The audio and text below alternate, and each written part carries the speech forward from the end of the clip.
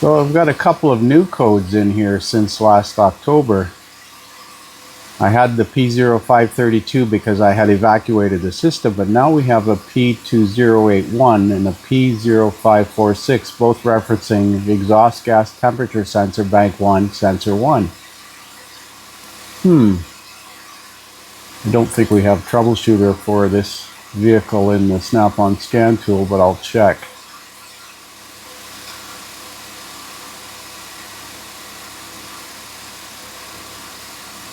Nissans are so damn slow to scan. I don't know what's up with that. I guess that's the manufacturer's method of increasing the billable hours. No, I'm going to look up the service codes P0546. So I decided to look at the freeze frame data and see if it tells me how long ago these codes set.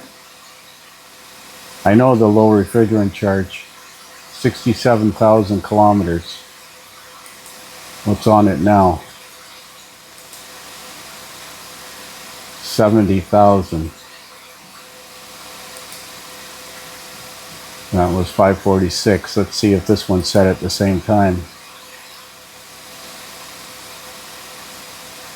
67,533.6. And this one, if it gives you the mileage,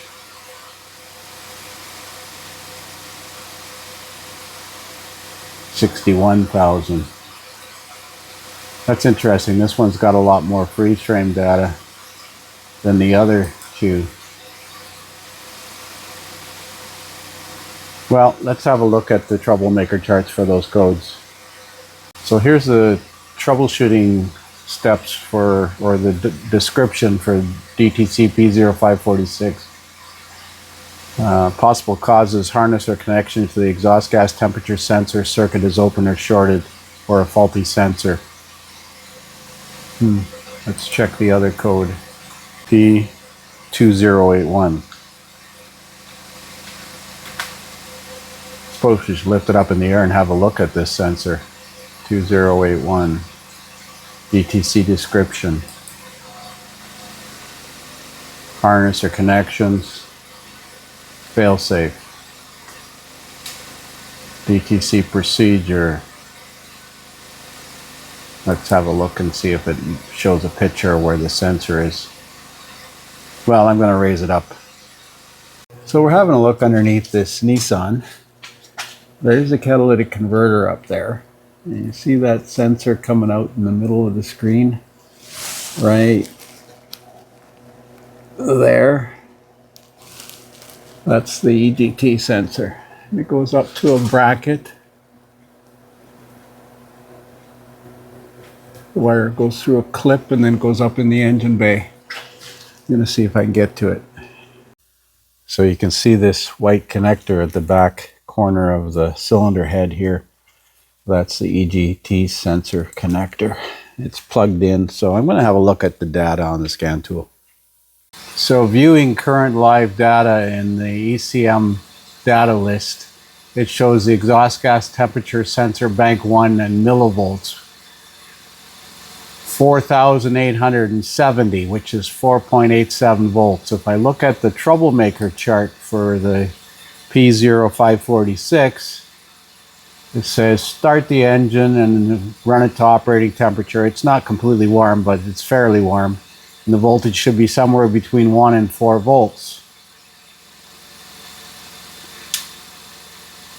If it's not, go to 2. It's 4.8. Let's double check that. 4.87. Usually anything over 4.75 is out of range on a 5-volt sensor. Disconnect the sensor and check the 5-volt reference. Well, I'm sure we have 5 volts, but we could short the sensor and see that the 5 volts goes to 0. I'm going to try unplugging the sensor. It says to check the 5 volts and then check continuity between the connector F74 and terminal 2 of the sensor, terminal 45 at the ECM, for continuity, I'm not going to do that. I'm going to disconnect the sensor and monitor the voltage. So with the sensor unplugged, it reads the same voltage. I expected it to go to 5 volts. I'm going to check for 5 volts at the sensor. So with the sensor unplugged, I measure 4.76 volts at the sensor. Usually a 5 volt circuit is 5 volts or very close. The voltage on the ground wire is 0.05. So we should have a good ground. I'm going to try putting a variable resistor in here. So I got a resistor box dialed in at 300 ohms. And it shows 1,269 millivolts, which is 1.29 volts. If I turn the resistance down, the voltage goes down. So at 150 ohms, it's 0.7. And let's go up to 500 ohms.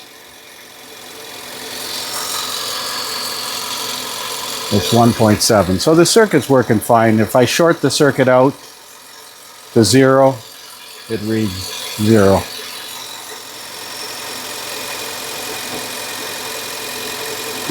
Let's see, this is 500. And this is 10,500. I don't think it has a spec for resistance value of the temp sensor, but it seems to be a negative temperature coefficient. As the resistance goes up, actually no, because at 10,000 ohms, it's 4.5 volts, 10,500 ohms. 10,000 ohms is 4.3 volts. And at 0, 250 ohms, it's 1,090.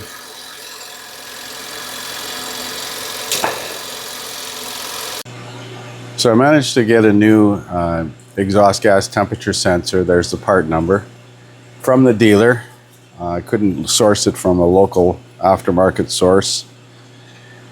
Yesterday when I was playing with this thing, I was noting the resistance change and how it affected the voltage, and I incorrectly suggested that it was positive temperature coefficient, but the relationship between temperature and resistance is backwards, not positive.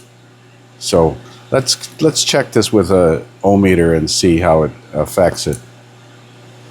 So I got the digital ohm meter connected across the temp sensor, and it reads 142,000. I'm going to hold on to the temp sensor, and as it's warming up from my fingers, the resistance is going down. So it is NTC. Boy, that's pretty fragile. So let's get this thing installed and clear the codes on it. Well, something that should take 10 minutes has turned into a nightmare. So I loosened it with a crow foot, turned about a half a turn counterclockwise, and then it got tight. And then I tried turning it back and forth. Now I got it. Let me see if I can see up there. I got it spinning, but it's stuck in the threads. I cut it off and so I could put a socket on it, and I worked it back and forth, in and out, in and out. Now, how am I going to get that piece out of there and fix the galled threads? So I managed to get it out with a 12 millimeter wrench. I put the wrench like that onto the head of the socket, and then I use a air ratchet to spin it while I pried it out. But you can see the threads are galled. Now I'm going to have to see if I can fix the threads. And it's got a seat in there, so this goes into a seat. So it doesn't, like, I need a bottoming tap. So the top size I need is a 12 by 1.25, and this kit has 12 by 1.5 and 12 by 1.75. This is 1.5, I believe. Focus. Yeah. This is not a tap, it's a thread chaser. Focus. But that's the right pitch. It's a little bit finer than this pitch. And I need a bottoming tap because there's a seat in the bottom. Might have to go to town. Well, there it is installed. Managed to get that thread chaser to work. I worked it in and out a dozen times with some penetrating fluid. I did drop this cover, so that makes getting at it from this end a little easier.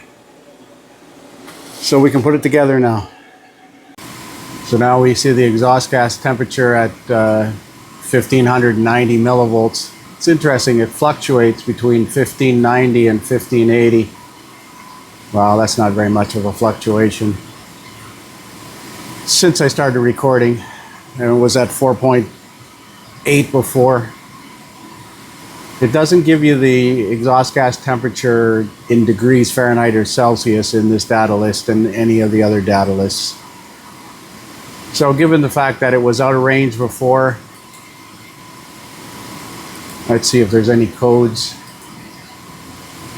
No codes present.